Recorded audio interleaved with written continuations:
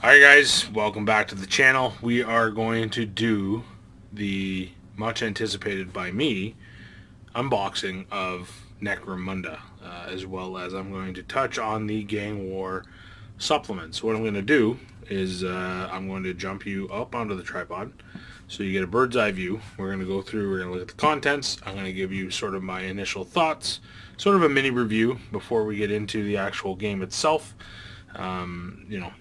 Initial thoughts on the new release of Necromunda. So give me 2 seconds. I'm going to get you up on the tripod and we're going to have a look at what you're all here to see. Alright guys, here it is, Necromunda Underhive. Brutal gang warfare in the 41st millennium. I am super excited. Initial thoughts, the box itself obviously has a fair amount of heft and weight to it. As per usual, stunning box art from GW.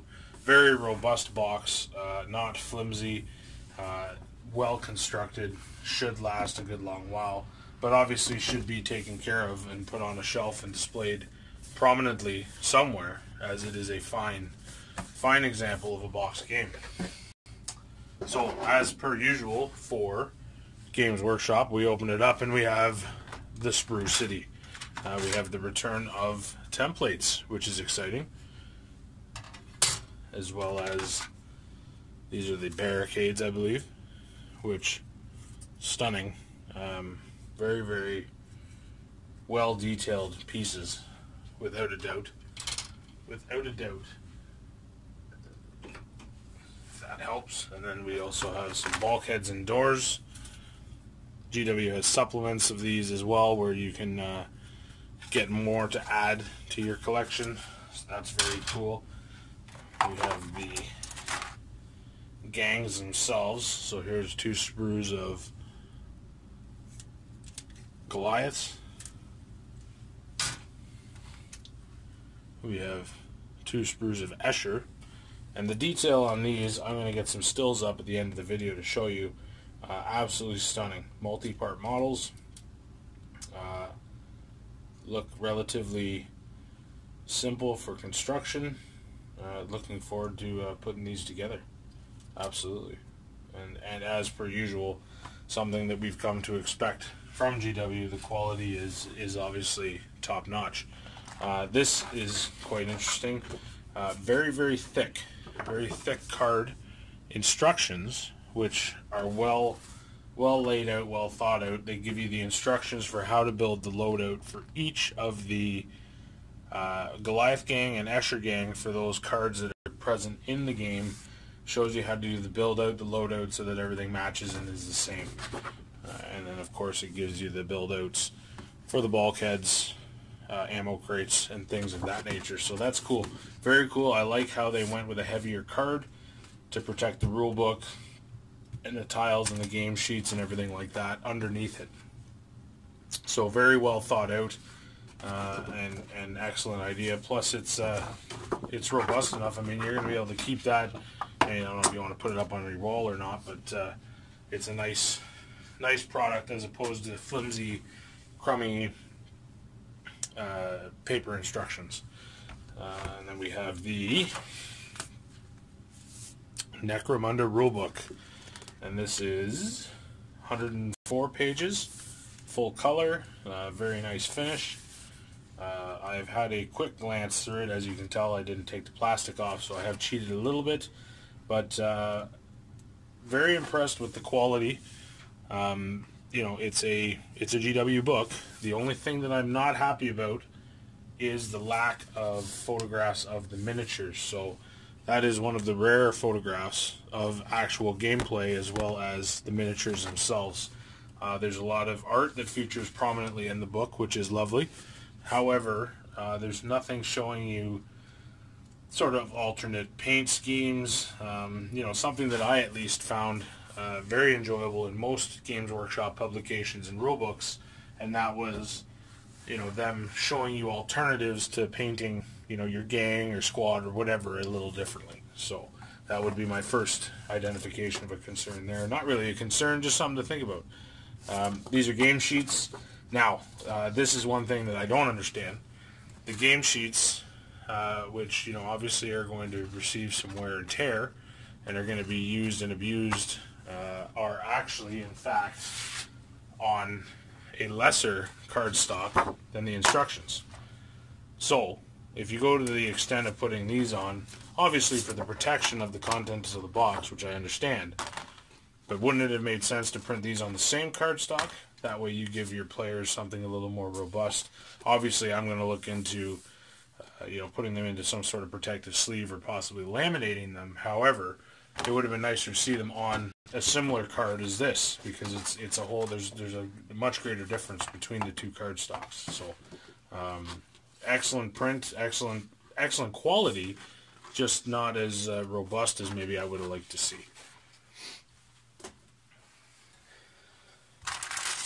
You've got your Necromunda dice, which are impressive enough. Custom bases that come with the game. These are really nice. I do enjoy these. This is obviously going to add some character. And more importantly, for those who are maybe getting into Necromunda that don't necessarily come from a wargaming background as far as skirmish games, I can see this definitely bridging a gap between board gamers and tabletop wargamers. So having these kind of details where they don't have to model them in, or go out of their way to buy a different type of base, I think it was well played on GW's part, for sure. You've got your tactics cards and gang cards here. I like that they've included the blank cards. That is exciting for sure. Obviously, I need to open these and have a look through them. Let's see if we can get it. I got a bunch of stupid plastic. The spawn of Satan, no less. So, you've got your tactics cards. Tactics. How many? There's some Escher related. Let's have a look-see. So these are the cards here. I'm not going to show them too long. I don't want anybody swiping the detail. These are your tactics cards. Seems to be a pile of them. That's cool. Quality stuff. And then you've got, they give you a bunch of, see how many? Oh my goodness. A bunch of gang cards, blank gang cards, which is quite cool. Definitely able to maybe, if you were to maybe laminate these and then use a dry erase Sharpie or something of that nature, a fine tip pen, you could reuse these indefinitely. So like that, nice quality card stock for the cards, which is good to see. And then you got your standard deck for playing the actual game with two gangs. Gives you the credit value and obviously the stat lines and the like, so that's cool as well. So, well done on the cards, I would say. Quality product for sure. Oh, we have more plastic. Ugh, look at this. But look at the impressiveness of the tiles. Indeed. Always cut away from yourself. Huzzah! There. Get that ripped off. Yeah. There. Tokens, walkways, voids, vision arcs, important in the game.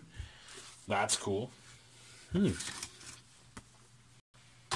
also got 1, 2, 3, 4, 5, 6, 7, 8, 9 double-sided tiles for playing in the Underhive, featuring some wonderful art and able to be used with the Zorn Mortalis, which is neat. So, quality product there. I'm happy with those. Not sure how much I'm going to be using these, as I am definitely going to be playing more so on some 3D terrain for sure. But a nice, it's robust. Seems to be well put together. The art is lovely. No complaints there. You get one measuring ruler. That would also be a gripe, if I can get it out of the bloody box. That would be a gripe of mine, as, you know, just looking at what this is, I'm not sure why we couldn't have had two, since this is a two-player game. So that's, I don't understand. This is an interesting ruler in that it does your movement, you know, obviously, or whatever the system is, I would assume movement, but as well as the determining what's in cover, whether it's soft cover or hard cover. You've got to have, you know, the entire model basically covered by that for it to be in hard cover, and only part of it. If it's only within part of it, then it's soft. I don't know, I got to read the rules entirely, but either way, interesting mechanic. Would have been nice to have two, in my opinion. I am quite pleased that GW had enough forethought to give us extra baggies, which seems to be something that they're doing with regularity, which is quite impressive. Those are going to be used to hold all your tokens and game pieces that come off of the tiles, which is cool. This looks like some sort of small demo board that you could use, I guess, to learn the game, which is kind of neat. You know, optimizing the use of the box, I suppose. Nice artwork, I guess, for a kid, or if you're traveling, perhaps it would be wise. Take a look at the back. These are always my favorite. Looking at the brutal gang warfare in the 41st millennium with the models. Again, I would have liked to have seen maybe some more prominent photographs of the models, seeing a little more detail of what's included, maybe a little closer on the table itself, just to see the models and the terrain. But nice, it gives you a little write-up on House Goliath and House Escher, which is impressive. But all in all, I'm quite pleased. I'm quite pleased with the product. A few things, obviously, to work on for Games Workshop, the ruler and the card stock and things of that nature. But you know, I guess we can't have it all the time. But initial thoughts, I'm happy with the quality. I think it's going to be a lot of fun to put together. I'm looking forward to the miniatures, for sure. Getting them built, the terrain, obviously.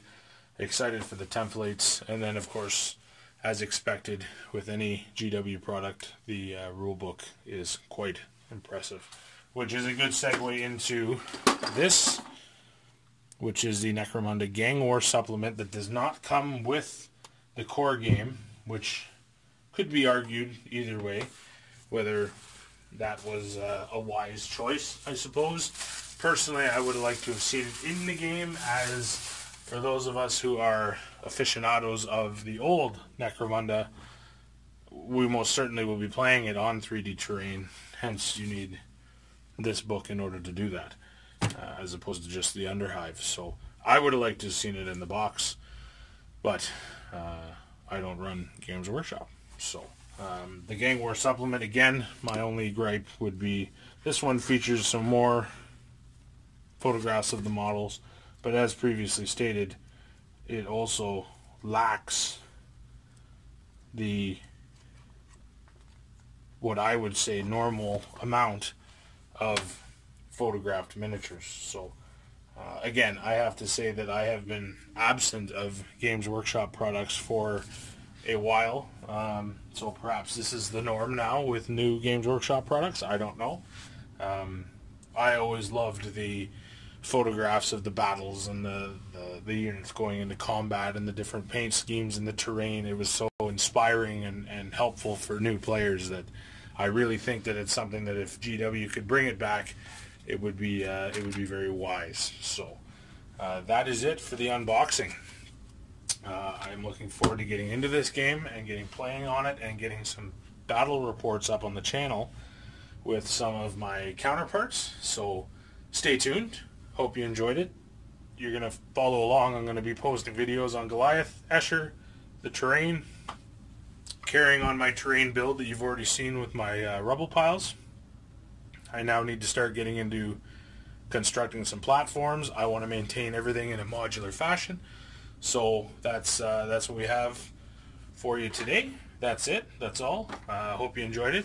Come back for the next video for some more Necromunda content coming up right shortly. Thanks, guys.